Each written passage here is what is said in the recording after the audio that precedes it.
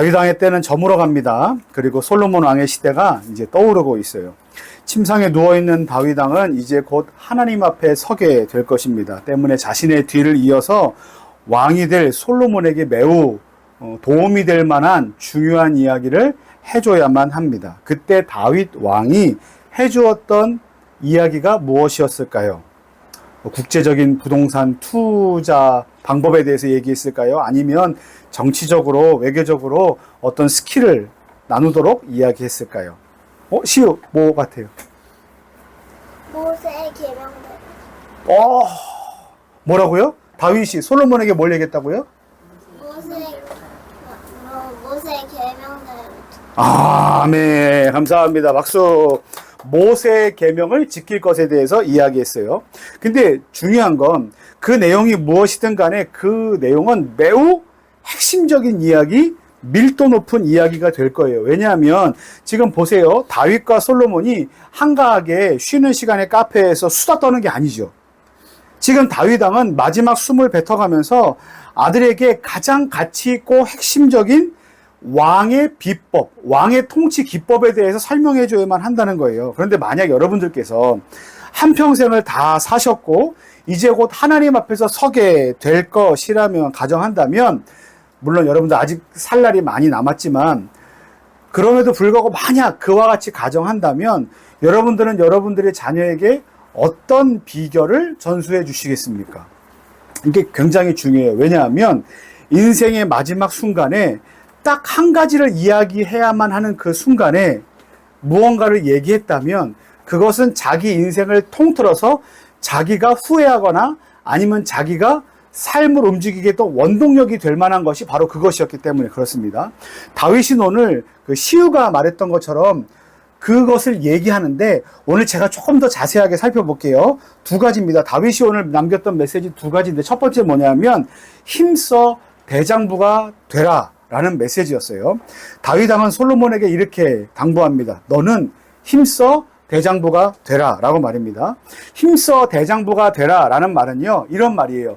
너는 남자가 되라 라는 말이에요. 그런데 우리 집은 다 지금 저 빼놓고는 우리 교회는 다 여자들만 있네요. 그래서 어떻게 남자가 됩니까? 라고 말하면 이것은 그 의미를 좀 알기가 좀 쉽지 않아요. 그런데 여기서 남자가 되라, 대장부가 되라 라는 말은요, 마치 전쟁터에 나가서 싸우는 그 당시에 강한 남성미 넘치는 용사처럼 어떤 상황에도 흔들리지 말고 굳건하게 강하고 담대한 마음의 태도를 가지고 살아라. 그것을 바로 힘써 대장부가 되라라는 말로 표현했어요.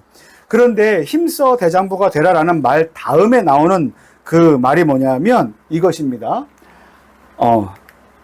하나님의 말씀을 붙들고 살아라는 거예요. 하나님의 말씀. 뭘 붙들고 살아라? 하나님의 말씀. 그러니까 힘써 대장부가 되라 라고 말할 때 너는 말씀을 붙들고, 시우가 아까 얘기했던 것처럼 모세의 율법을 붙들고 힘써 대장부가 되어 살아라 라고 이야기했던 겁니다. 다윗이 왜 이토록 단호하게 하나님의 말씀을 붙들고 힘써 대장부가 되라고 말했을까요? 여러분, 다윗 왕은요, 이스라엘 역대 왕 중에서 가장 신실했던 왕으로 평가받는 사람이에요. 하지만 그렇게 신실했던 다윗 왕도 방심한 나머지 사단에게 마음이 이끌려서 영적으로 잘못을 저질렀던 큰 흑역사의 때가 두 번이나 있었습니다. 언제였습니까? 첫 번째는 왼쪽 그림처럼 개인적인 정욕에 사로잡혀 우리아의 아내 바세바를 탐하였던 때입니다. 그리고 또 다른 하나는 오른쪽 그림처럼 실제 눈에 보이지 않는 자신의 군사력이 얼마만큼 있는지 확인하고 싶었던 욕심에 인구조사를 시행했던 것입니다. 근데 여러분, 인구조사는 지금도 하잖아요 라고 하지만 당시의 인구조사는 어떤 의미였냐면 하나님을 온전하게 신뢰하지 못했던 불신앙의 표현이었어요. 그랬던 다윗은 이제 알게 된 겁니다. 뭘 알게 됐냐면 왕으로서 임무를 수행하며 살아가는 한 인간이 얼마나 나약하고 얼마나 연약한 존재였던지를 다윗 왕은 깨달았던 거예요. 아무리 신실한 종이라고 말했던 다윗이지만, 아무리 강력한 통치를 했던 왕이었지만 하나님의 말씀이 아닌 누구에게? 사단에게 마음을 빼앗겨버려 이렇게 한도 끝도 없이 무너질 수도 있구나라는 것을 자기의 삶을 통해서 다윗은 확인한 적이 있었던 거예요. 그러면서 이렇게 생각했던 거죠. 아, 맞다. 나는 단 하루도 하나님의 말씀이 없으면 살 수가 없는 사람이다. 단 하루도 하나님을 의지하며 살아가지 않고서는, 하나님의 말씀 안에 거하지 않고서는 나는 복되고 형통한 삶을 살아갈 수 없구나라는 것을 다윗이 삶으로 확인했던 거예요. 그래서 다윗 왕은 솔로몬에게 그 무엇보다 먼저 하나님의 말씀을 붙들고 담대하게 굳세게 살아가라, 대장부가 되어라 라고 당부했던 겁니다. 두 번째 당부는 이거예요. 정의를 실현시켜라 라는 겁니다. 다윗은요, 하나님의 말씀을 잘 지켜 행하라 라는 말뿐만 아니라 하나님의 말씀을 가지고 그 정의를 반드시 실현시켜야 될 것에 대해서도 이야기합니다. 이게 뭡니까? 무슨 그림이에요? 저울이에요. 저울은 정의를 뜻해요. 그러니까 공평하게 뭔가 이렇게 법에 맞게 잘 해석해서 그것대로 판결한다는 의미를 가지고 있습니다. 그렇다면 솔로몬이 실현시켜야 했던 정의는 무엇이었을까요? 오늘 성경의 말씀에 보면 세 명의 사람들을 어떻게 하라라고 말하는데, 첫 번째는 수르야의 아들 요압, 그리고 게라의 아들 시므이를 처형할 것에 대해서 이야기합니다. 요압이 어떤 사람이었냐 하면요, 다윗 왕의 군대 장관이었어요. 그의 동생은 전쟁 중에 사울 왕의 군대 장관 아브넬에게 죽임을 당하게 됩니다. 그리고 오랜 시간이 흘러요. 그리고 아브넬이 다윗 왕과 통합할 것을 약속하고 자기의 집으로 돌아가려고 합니다. 그런데 요압이 동생의 원수였던 아브넬이 살아 돌아가는 것을 그냥 눈을 뜨고 볼 수가 없었어요. 그래서 어떻게 합니까? 아브넬을 쫓아가 죽입니다. 이것은 동생을 죽인 것에 대한 원수를 갚은 거예요. 복수한 거죠. 개인적으로 충분히 이해가 됩니다. 자기의 동생을 죽인 원수를 갚았기 때문에 개인적으로는 충분히 이해가 가는 대목이지만, 하지만 여러분 생각해 보십시오. 동생이 죽은 것은 어디서 죽은 겁니까? 개인적으로 싸우고 다투다가 죽은 겁니까? 아니에요. 두 국가와 국가가 전쟁터에서 싸우다가 죽은 거예요. 그러니까 이거는 국가의 일이라는 겁니다. 근데 이 국가가 다시 화합을 의논하고 있을 때 이 요압은 어떻게 했습니까? 자기 개인적인 원한을 거기에 담아 복수를 했습니다. 그러니까 이것은 어떤 의미를 갖고 있냐면 하나님 나라의 일을 거부한 것을 의미해요. 그럼 시므이는 누군가? 다윗의 아들 압살롬이 반역을 저질렀을 때 다윗 왕이 도망쳤던 적이 있어요. 그때 다윗 왕의 도망가는 그 행렬을 향해서 맹렬하게 악독한 모욕적인 저주를 퍼붓던 사람이 누구냐 하면 시므이예요. 이 시므이가 어떻게 했습니까? 하나님께서 세우신 다윗을 향해 저주의 말을 퍼부었던 것은 그를 세우신 하나님을 모욕하고 조롱했던 것과 같다라는 의미를 갖고 있어요. 근데 또 반대의 경우도 있습니다. 다윗을 저주하며 하나님의 일을 대적했던 시므이와 달리 오히려 궁핍한 지경에 몰렸던 다윗 왕을 도와줬던 사람이 있어요. 먹을 것을 대줬던 사람인데 누구냐면 바르실레라는 사람입니다. 그러니까 바르실레는 하나님께서 세우신 다윗 왕을 믿고 따르며 선대했던 거죠. 그랬더니 다윗이 뭐라고 말합니까? 바르실레의 아들들에게 은총을 베풀어라 라고 말합니다. 여러분, 이게 뭐냐면요, 솔로몬 왕이 실현시켜야 하는 정의였습니다. 어떤 정의입니까? 죄 있는 자는 벌하고 선을 행한 자는 상을 주는 것이 바로 정의를 실현하는 거예요. 그래서 오늘 2장 전반부 말씀을 봤는데 2장 후반부 말씀에 보면 왕이 된 솔로몬이 직접 이와 같은 공의를 어떻게 실현해내는가에 대한 내용들이 하나씩 나옵니다. 그리고 그 다음에 어떤 내용이 나오냐면 솔로몬이 그렇게 정의를 실현시키고 심판했더니 평화의 시대, 태평성대의 시대가 도래했다라고 말합니다. 근데 여러분 좀 이상하지 않아요? 심판을 하면 심판 이후에 어떤 상황이 벌어져야 됩니까? 사람들이 두려워했다, 떨었더라, 공포심에 그 삶을 이렇게 막 움츠리고 살았더라, 이런 내용이 와야 되는데 심판 이후에 뭐가 왔다고 돼 있습니까? 평화가 왔다라고 돼 있어요. 평화 이전에 뭐가 있었다고 이야기합니까? 심판이 있었다고 이야기해요. 여러분 이거는요, 단순히 보면 개인적인 복수인 것 같고 정치적으로 정적들을 제거한 것처럼 보이지만 열왕기 상 말씀을 보는 우리들은요, 이것을 어떤 관점에서 봐야 되냐면 하나님 나라의 백성의 관점에서 봐야 된다는 거예요. 세상에 악이 가득 차 있습니다. 그리고 우리가 그 악한 세상을 살아가면서 그 악을 눈으로 보죠. 그러면서 우리가 뭐라고 생각할 수 있습니까? 에이구, 그냥 모든 게 좋은 거니까 우리 좋게 생각합시다. 그냥 은혜대로 평화롭게 넘어갑시다. 이렇게 생각할 때가 너무나 많아요. 그런데 오히려 어떻게 해야 한다고 얘기하는 겁니까? 아니다. 죄가 우리 앞에 있다면 그 죄를 용납하지 않고 제거하고 완전하게 온전한 정의를 실현시켜야 하는 심판을 우리가 해야만 한다. 그 이후에 뭐가 도래할 수 있다? 완전한 평화의 나라가 도래할 수 있다라고 하나님께서 지금 가르쳐 주시는 거예요.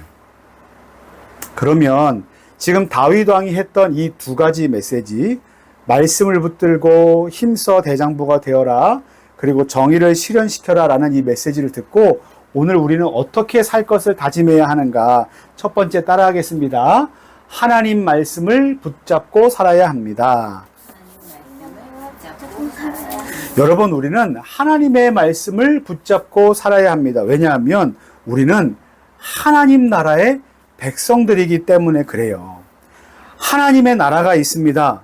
그리고 하나님의 나라는 하나님 나라의 법이 있습니다. 근데 하나님 나라의 법은 무엇인지 아십니까? 하나님께서 입으로 우리에게 해주신, 알려주신, 계시해주신 하나님의 말씀입니다. 그러니까 우리가 가장 안전하고 우리가 가장 행복하고 우리가 가장 복되게 살 수 있는 유일한 방법은 뭐냐면 하나님 나라의 법 안에 사는 것이고 하나님 나라의 법대로 사는 겁니다. 그게 하나님 나라를 살아가는 백성들이 살아가야 하는 방법이에요.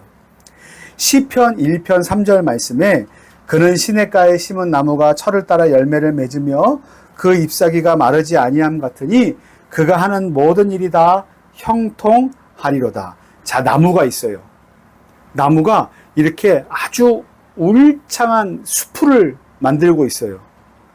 그런데 그 나무가 사막 한가운데 심겨진 나무일까요? 아니면 시냇가 옆에 심겨진 나무일까요? 시원한 시냇가 옆에서 시냇가로부터 나오는 양분과 수분을 잘 공급받는 나무일 겁니다. 근데 여러분, 이 시냇가에 심기운 나무, 그것이 심겨진 그 장소가 뭔지 아십니까? 바로 하나님의 말씀이에요. 하나님의 입으로부터 나오는 말씀, 하나님께서 우리에게 살기를 원하시는 태도와 방법들과 살아갈 모든 삶의 양식들, 특별히 우리에게 허락하신 구원의 비결들을 알려주신 그 많은 말씀들 안에 우리가 거하며 살 때 어떻게 할 수 있습니까? 우리는 잎사귀를 내고 열매를 맺고 살 수 있는 겁니다. 시편 119편 105절 주의 말씀은 내 발의 등이요 내 길의 빛 빛이니이다. 시작. 주의 말씀은 내 발의 등이요 내 길의 빛 빛이니이다. 자, 뭐라고 말씀했어요? 주님의 말씀은 내 발의 등이요. 어떤 등입니까? 램프, 라이트, 후레쉬. 우리가 걸어갈 걸음이 어디로 걸어가야 할지 알지 못하는 캄캄한 가운데 하나님께서 우리가 걸어갈 그 발걸음을 옮겨 놓아야 할 그 장소에 어떻게 하십니까? 빛을 비춰주시면 우리는 그 빛을 따라 한 걸음 한 걸음 내디딜 수 있게 해주시는 거예요. 우리가 생각하죠. 주의 말씀을 읽고 주의 말씀을 들으면 우리의 삶이 옥죄해질 거고 억압받게 될 거야. 근데 말씀을 읽으라고? 말씀을 읽으면 내 병이 낫나? 말씀을 읽으면 오늘 막혔던 모든 삶의 문제가 풀어지나? 이런 그 눈에 보이는 것에만 우리가 마음을 두지만 여러분 기억하십시오. 하나님의 말씀을 읽는 것 자체가 이미 우리에게 복입니다. 왠지 아십니까? 하나님의 말씀은 누가 읽습니까? 구원받은 신자가 읽어요. 구원받은 신자는 어떤 사람입니까? 하나님으로부터 나오는 모든 삶의 좋은 것뿐만 아니라 영원한 생명을 얻은 아주 복된 사람이에요. 그러니까 하나님의 말씀을 붙잡고 사는 것이 우리에게 뭡니까? 가장 안전하고 가장 행복하고 복된 길임을 우리가 이미 기억해야 한다는 거예요. 바라기는 오늘도 하나님의 말씀을 저와 여러분들의 삶의 중심에 가장 가까이 가장 귀하게 두고 여기시는 저와 여러분들 되시기를 예수님의 이름으로 간절히 축원합니다. 자, 두 번째 따라하겠습니다. 죄악된 습관을 버리고 살아야 합니다. 죄악된 습관을 버리고 살아야 합니다. 예수님은 분명 우리의 모든 죄를 용서하셨고 또 용서해 주실 것입니다. 그것이 뭡니까? 은혜예요. 근데 그렇다고 내가 큰 죄를 저질렀을 때 큰 은혜를 받았으니 내가 더 큰 죄를 저지르면 더 큰 은혜를 받겠네라고 얘기하면서 구원받은 신자가 계속해서 죄 가운데 거하는 것이 옳습니까? 나는 그 질문에 로마서 말씀에서는 그렇지 않다라고 말해요. 하나님의 음성을 들어보십시오. 데살로니가전서 5장 22절 말씀에 악은 어떤 모양이라도 버리라. 시편 34편 14절 말씀에 악을 버리고 선을 행하며 화평을 찾아 따를지어다. 에스겔서 18장 31절 말씀에 너희는 너희가 범한 모든 죄악을 버리고 마음과 영을 새롭게 할지어다. 예레미야 31장 21절 22절 말씀에 처녀 이스라엘아 너의 이정표를 세우며 너의 편말을 만들고 큰 길 곧 내가 전에 가던 길을 마음에 두라. 돌아오라. 내 성읍들로 돌아오라. 반역한 딸아 내가 어느 때까지 방황하겠느냐. 하나님께서 말씀하세요. 뭐라고 말씀하십니까? 돌아오라. 큰 길로 돌아오라. 큰 길이 뭔지 아십니까? 하나님께서 모세를 통하여 시내산에서 베푸셨던 그 율법이에요. 하나님의 말씀이 세워주신 그 길로 다시 돌이키라라는 거예요. 이게 뭡니까? 우리가 죄 가운데 넘어질 때마다 아니 그래도 괜찮아라는 마음이 아니라 사단에게 우리의 마음을 빼앗겨서는 안 되며 하나님께서 우리에게 주신 그 말씀대로 우리가 살아가야 될 삶의 모양들을 가지고 살아라라는 거예요. 악은 어떤 모양이라도 버리고 우리의 삶 가운데 악에 지고 살아갈 수밖에 없는 그 연약함의 때마다 하나님께서 우리에게 허락하신 그 말씀을 붙들고 말씀에 빗대어 이것은 악에게 지는 거야. 이것은 우리가 하나님을 믿는 신자로 살아가야 될 삶의 태도가 아니야 라는 것을 확인한 자리에서 어떻게 됩니까? 돌이키는 우리의 삶이 필요합니다. 여러분, 우리의 삶의 영역 안에 우리 자신도 모르게 스며들어 있는 악한 삶의 습관들이 너무나 많아요. 그때 하나님께서 말씀하십니다. 악에게 틈을 주지 말라. 악에게 지지 말라. 오히려 하나님의 말씀을 가지고 날마다 믿음으로 살아가라고 하나님께서 말씀하십니다. 오늘도 지혜롭게 죄악된 습관들을 버리고 하나님의 말씀대로 살아가기를 다짐하는 저와 여러분들 되기를 예수님의 이름으로 간절히 축원합니다. 마지막입니다. 세 번째, 구원의 소망이신 예수님을 바라봐야 합니다. 시작. 구원의 소망이신 예수님을 바라봐야 합니다. 혹시 우리 마음 가운데 이런 마음이 있지는 않습니까? 내가 저 사람보다는 조금 더 나은 죄인이니까, 조금 덜 죄를 지었으니까 하나님이 그 정도를 보시고 나를 구원해 주신 것이 아닌가라는 마음을 혹시 우리가 갖고 있지는 않습니까? 여러분, 그런데요, 그건 착각입니다. 우리는요, 요압처럼 시므이처럼 용서받지 못할 만한 죄인입니다. 로마서 3장 24절 말씀에 그리스도 예수 안에 있는 속량으로 말미암아 하나님의 은혜로 값없이 의롭다 하심을 얻은 자 되었습니다. 그런데 언제인지 아십니까? 로마서 5장 8절 말씀에 우리가 아직 죄인 되었을 때, 여기 보면 이렇게 말하지 않아요. 우리가 조금 죄인이었을 때, 우리가 저 사람보다 조금 더 나은 사람이었을 때 우리를 구원하셨다고 말하지 않고요. 우리가 언제? 아직 죄인이었을 때에 그리스도께서 우리를 위하여 죽으심으로 하나님께서 우리에 대한 자기의 사랑을 확증하셨다라고 말해요. 여러분, 오늘 말씀해 보면 시므이는 죽어야 해. 요압은 죽어야만 해. 피를 흘렸으니까, 모욕했으니까 죽어 마땅해라고 얘기하지만 여러분, 우리도요, 죽어 마땅한 존재였어요. 근데 우리가 구원받은 것은 뭡니까? 그래서 온전히 하나님의 사랑이고 온전히 예수님의 희생 때문이었다는 거예요. 그래서 우리가 어떻게 살아갈 수 있습니까? 하나님의 통치를 받는, 예수님의 통치를 받는 하나님 나라의 백성으로 살아갈 수 있어요. 왜 그렇습니까? 왜 그렇게 살아갈 수 있어요? 우리는 죄인이지만, 죽어 마땅하지만 평화의 왕이신 예수님께서 심판대 앞에서 우리를 위해 변호하셨기 때문에 그렇습니다. 그리고 그분의 통치 안에 우리가 있기 때문이에요. 솔로몬은 그 정의를 실현시켜야만 했습니다. 그게 공의예요, 공의. 그래야 태평성대가 옵니다. 이것은 인간의 통치 방법이에요.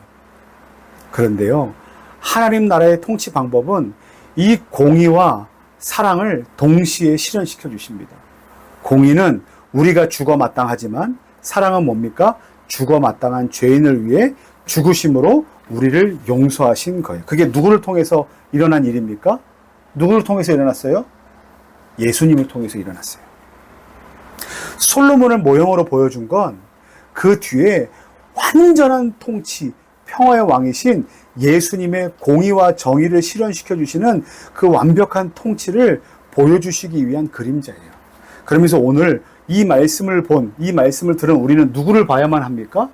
구원의 소망이신 예수님을 바라만 봐야 해요. 히브리서 12장 1절부터 2절 말씀에 이러므로 우리에게 구름같이 둘러싼 허다한 증인들이 있으니 모든 무거운 것과 얽매이기 쉬운 죄를 벗어버리고 인내로써 우리 앞에 당한 경주를 하며, 이 말씀이 중요합니다. 믿음의 주요 또 온전하게 하시는 이인 예수를 바라보자. 우리는 낙심하고 넘어질 수 있어요. 그 죄값을 치러야만 합니다. 그게 우리의 연약함이지 않습니까? 그때마다 우리의 그 영적인 노뱀이 되시는 누구를 바라만 봐야 합니까? 믿음의 주요 온전케 하시는 이인 예수를 바라만 봐야 합니다. 사랑하는 성도 여러분, 말씀을 마칠게요. 오늘 다윗은요, 이 두 가지 당부, 너는 힘써 대장부가 되라, 정의를 실현시키라는 당부를 통해서 우리에게 이런 말씀을 주시는 거예요. 어떤 말씀입니까? 하나님의 말씀을 붙잡고 살아야 한다. 죄악된 습관을 버려야 한다. 하지만 그럼에도 불구하고 우리가 넘어지고 그리고 자빠지고 낙심할 수 있을 그때에 낙심하지 말고 어떻게 해야 됩니까? 여전히 우리의 구원의 소망이 되시는 예수님을 바라만 봐야 합니다. 이 말씀을 오늘 기억하시기 바랍니다. 이게 다윗이 죽기 직전에 마지막으로 내뱉은 말이에요. 마지막으로 내뱉은 말. 솔로몬 아들아, 할 일이 너무나 많고 많은 중요한 것이 있지만 진짜 가장 중요한 게 뭐다? 구원의 소망이신 예수님을 바라보며 말씀을 붙잡고 담대하게 살아야 한다라는 거예요. 사랑하는 성도 여러분, 누군가가 하나님께서 세우신 그 왕이 통치를 마무리하며 다음 왕에게 그 영원한 통치를 위해서 남겨줬던 그 메시지처럼 오늘도 우리가 이 말씀을 붙들고 하나님 나라의 백성으로 살아가기로 다짐하는, 그래서 시우가 얘기했던 것처럼 모세의 율법을 우리가 날마다 읽고 지키기를 힘쓰며 그 말씀의 주인 대신 하나님을 바라보는 저 여러분들 되시기를 예수님의 이름으로 간절히 축원합니다.